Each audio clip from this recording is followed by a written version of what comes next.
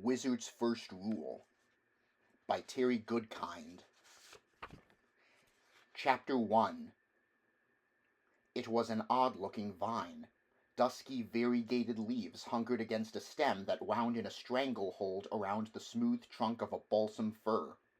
Sap drooled down the wounded bark, and dry limbs slumped, making it look as if the tree were trying to voice a moan into the cool, damp morning air. Pods stuck out from the vine here and there along its length, almost seeming to look warily about for witnesses. It was the smell that had first caught his attention, a smell like the decomposition of something that had been wholly unsavory even in life.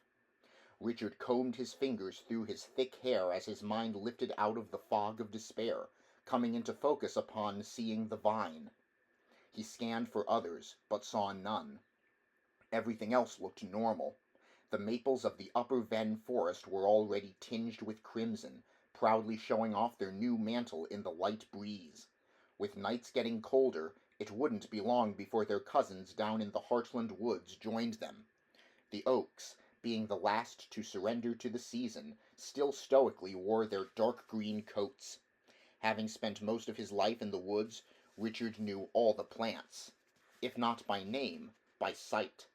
From when Richard was very small, his friend Zed had taken him along, hunting for special herbs. He had shown Richard which ones to look for, where they grew and why, and put names to everything they saw.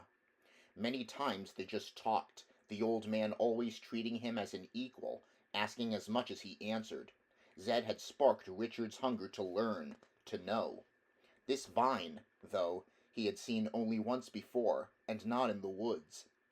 He had found a sprig of it at his father's house, in the blue clay jar Richard had made when he was a boy.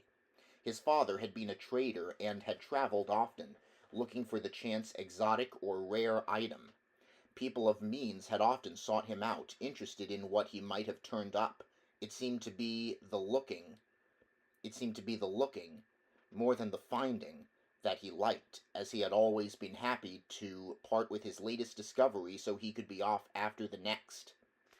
From a young age, Richard had liked to spend time with Zed while his father was away.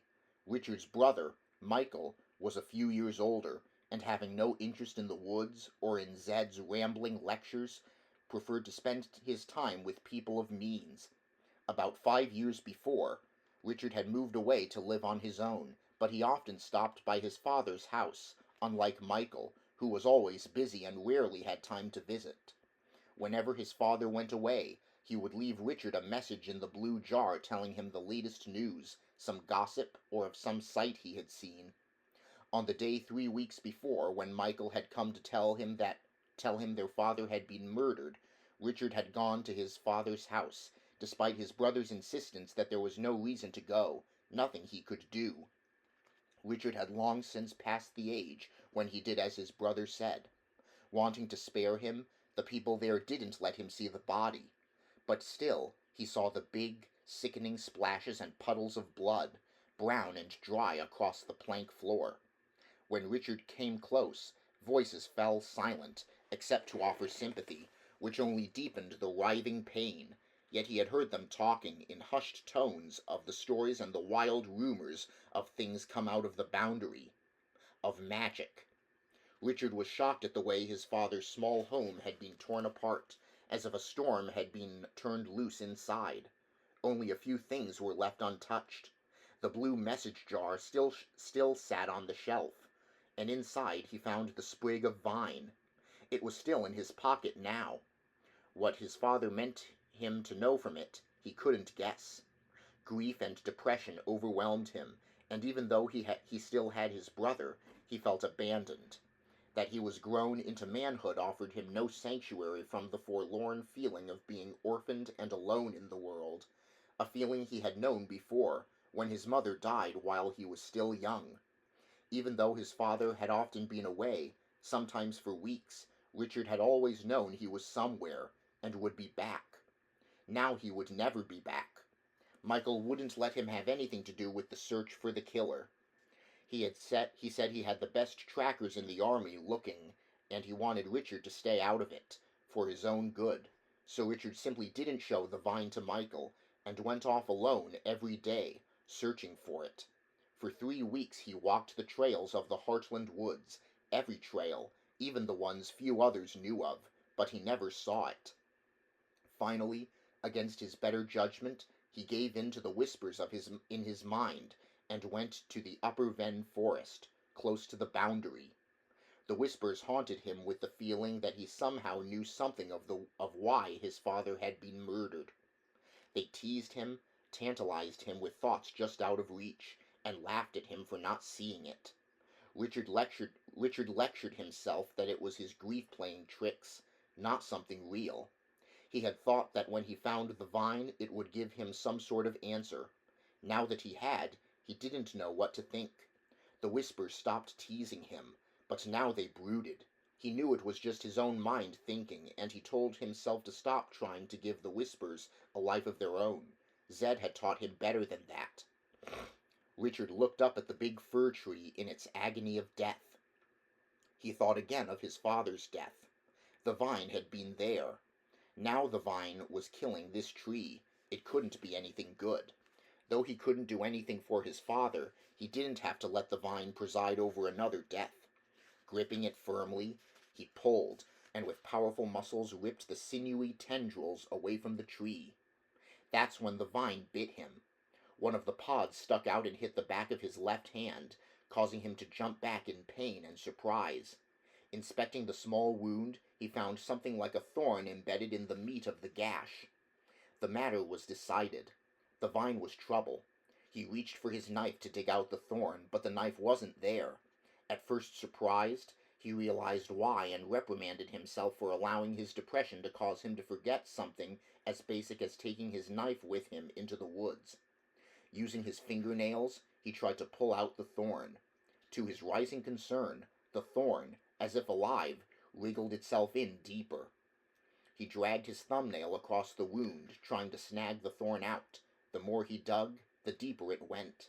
A hot wave of nausea swept through him as he tore at the wound, making it bigger, so he stopped. The thorn had disappeared into the oozing blood.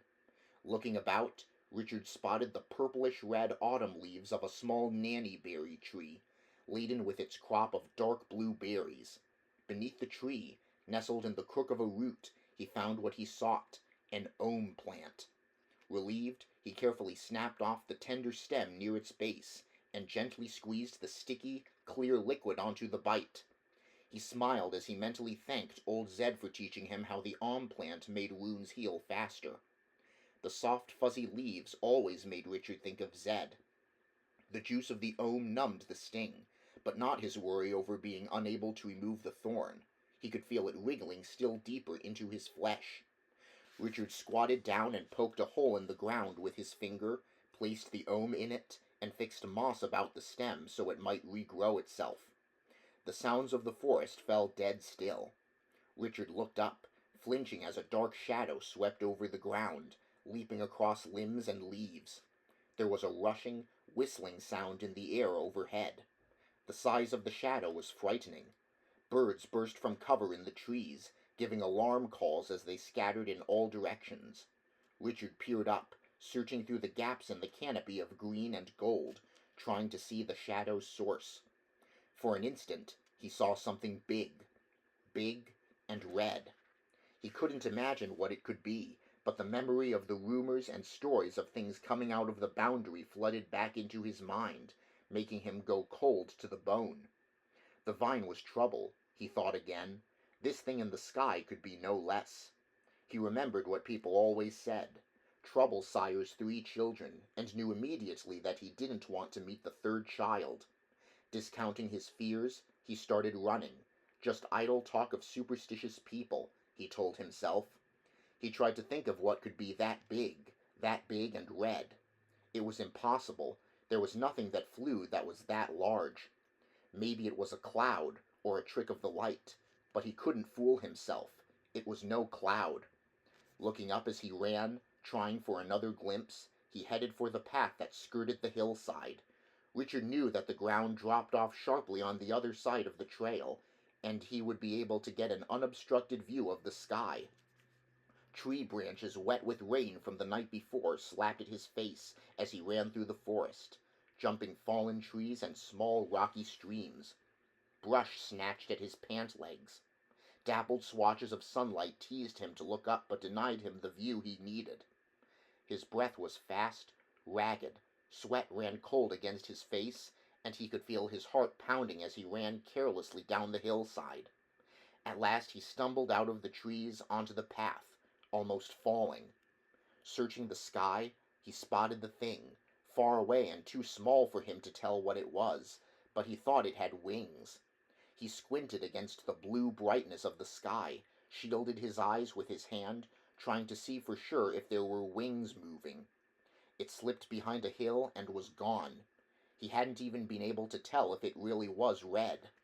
Winded, Richard slumped down on a granite boulder at the side of the trail, absently snapping off dead twigs from a sapling beside him while he stared down at Trunt Lake below. Maybe he should go tell Michael what had happened, tell him about the vine and the red thing in the sky. He knew Michael would laugh at the last part. He had laughed at the same stories himself. No, Michael would only be angry with him for being up near the boundary, and for going against his orders to stay out of the search for the murderer. He knew his brother cared about him, or he wouldn't always be nagging him. Now that he was grown, he couldn't laugh off his brother's constant instructions, though he still had to endure the looks of displeasure. Richard snapped off another twig and in frustration threw it at a flat rock. He decided he shouldn't feel singled out. After all, Michael was always telling everyone what to do, even their father. He pushed aside his harsh judgments of his brother. Today was a big day for Michael. Today he was accepting the position of first counselor. He would be in charge of everything now, not just the town of Heartland anymore, but all the towns and villages of Westland, even the country people. Responsible for everything and everyone. Michael deserved Richard's support. He needed it. Michael had lost a father, too. That afternoon there was to be a ceremony and big celebration at Michael's house. Important people were going to be there, come from the farthest reaches of Westland. Richard was supposed to be there, too. At least there would be plenty of good food. He realized he was famished. While he sat and thought, he scanned the opposite side of Trunt Lake, far below. From this height the clear water revealed alternating patches of rocky bottom and green weed around the deep holes. At the edge of the water, Hawker's Trail knitted in and out of the trees, in some places open to view, in some places hidden. Richard had been on that part of the trail many times. In spring it was wet and soggy down by the lake, but this late in the year it would be dry. In areas farther north and south, as the trail wound its way through the high ven forests, it passed uncomfortably close to the boundary.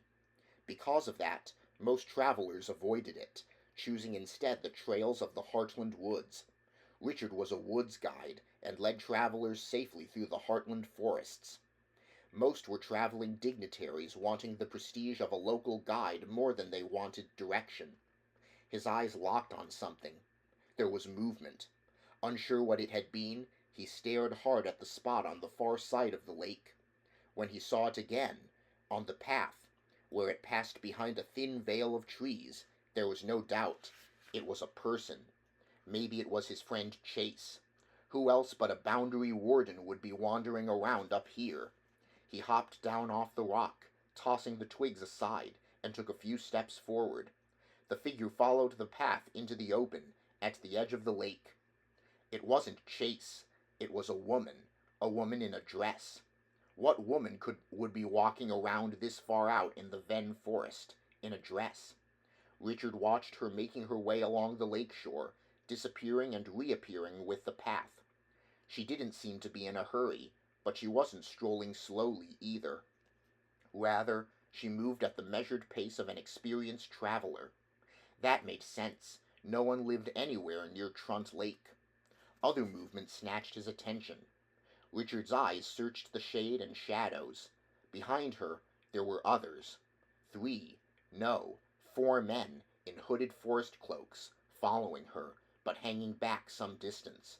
They moved with stealth, from tree to rock to tree. looking, waiting, moving. Richard straightened, his eyes wide, his attention riveted. They were stalking her. He knew immediately.